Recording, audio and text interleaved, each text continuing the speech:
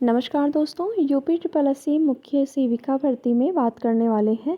DV में अभी भी आ रही है समस्या। निवास पति पक्ष का मान्य नहीं, प्रोविजनल वाले अभ्यर्थी क्या हो जाएंगे बाहर। डीवी स्किप ओवरलैपिंग, इन सभी पॉइंट को लेकर यहाँ पर डिस्कस किया जाएगा, जो भी आपके मन में सवाल है। तो उम्मीद करते हैं कि आप लोग जो बिल्कुल अच्छे तरीके से अपनी डीवी करा रहे होंगे। इस बीच आप देखेंगे आज तो डीवी है नहीं, 7 तारीख को है। आज भी नहीं है, कल भी नहीं, अब 7 तारीख को आपकी डीवी होगी। तो चलिए, कम से कम बीच में थोड़ा सा क्या है कि ठंड का मौसम भी है, बहुत ज़्यादा ठंड इस समय कड़ाके की पड़ रही है। बिल्कुल समझ जाइए कि इतनी तेज़ ठंड पड़ रही है कि इस टाइम अगर बाहर कहीं नहीं निकलना हो तभी बेहतर है। तो उम्मीद करते हैं कि बिल्कुल आप लोग होंगे स्वस्थ।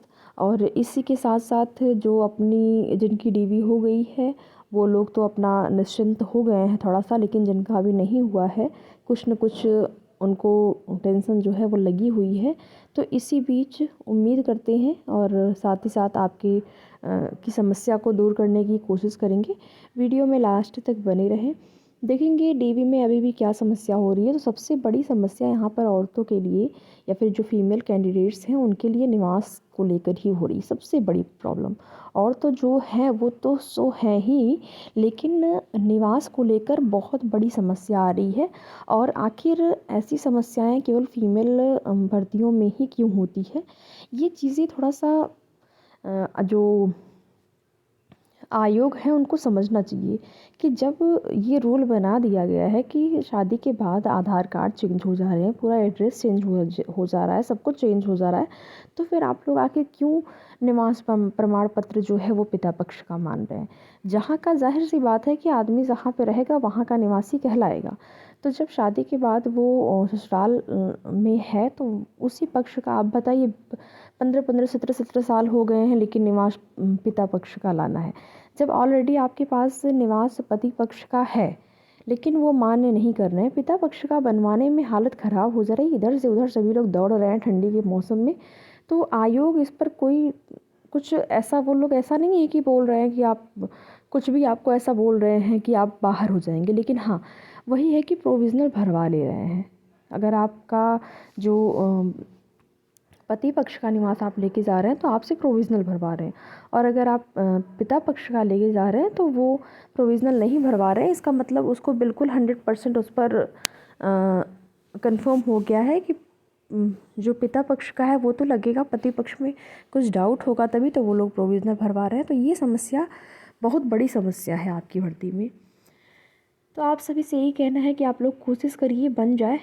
जो प्रधान द्वारा लिखवा के लेके जा रहे हैं लोग उसको भी मान्य नहीं कर रहे हैं। मान्य नहीं करने का मतलब वही है कि उससे भी प्रोविज़नल भरवा रहे हैं। अगर आपने निवास पिता पक्ष का लेके जाएं और लेके जा रहे हैं, इसके साथ ही साथ पिता पक्ष में प्रधान से बनवा के, तो क्या है कि प्रधान से बनवाना थोड़ा सा आसान लग रहा है, लोग बनवा ले रहे हैं, लेकिन वही है कि उसको उससे भी प्रोविज़नल भरवा रहे हैं। तो उसका क्या मतलब हो रहा है। इससे अच्छा है कि आप कोशिश करिए कि जो है आपके तहसील से उस पर तहसीलदार वगैरह का अगर मुहर वगैरह लग जाता है तो फिर वो ज़्यादा आपका मान्य होने की गारंटी हो जाएगी। और आप लोग यही करिए कि तहसील से ही ये लेखपाल या तहसीलदार जो है उन्हीं की तरफ से अगर आप बनवाएंगे तो वो बिल्कुल 100% क्लियर हो जाएगा कि आपका मान्य होगा। वरना फिर निवास के तौर पे जो है आपको वही है कि क्या प्रॉब्लम होगी, आप समझ सकते हैं। प्रोविज़नल भरवाया जा रहा है तो आगे प्रॉब्लम हो सकती है।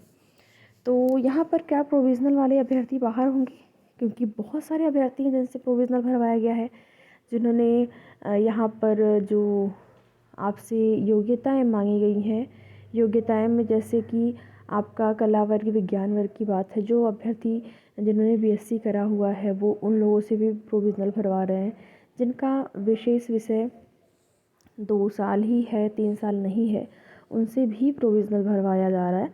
हाँ, एक कमेंट आया हुआ था, एक ही ऐसा कमेंट था जिसमें कि एक बहन जिन्होंने डीवी कराने जो गई हुई थी, उनका कहना था कि उनके बगल में एक और कोई सिस्टर थी जो कि डीवी करवा रही थी और उनके उस सब्जेक्ट से कोई लेन देन ही नहीं था। मतलब सब्जेक्ट उनका बिल्कुल अलग था ग्रेजुएशन का। उनका ये कहना है कि स्नातक में जो विषय यहाँ पर मांगे गए हैं विशेष विषय के तौर पे, वो विषय उनका था ही नहीं, किस तरीके से उन्होंने आवेदन किया, परीक्षा दिया और डीवी भी करा रही थी। तो ये एक बहुत बड़ी समस्या है कि आखिर क्या हो सकता है कि समकक्षता में उनको कुछ समझ में आया हो, कुछ और उन्होंने किया हो और समकक्षता के अंतर्गत वो आती हो, इसलिए उनका डीवी कराया गया हो। लेकिन यहाँ पर समकक्षता के बारे में अभ्यर्थियों का लगातार प्रश्न बन रहा है कि किसको लिया जाएगा। तो देखिए, हो सकता है जो बीएससी वाली अभ्यर्थी हैं, बीएससी वाली बहनें हैं, उनको समकक्षता के तौर पे रखा जा सकता है।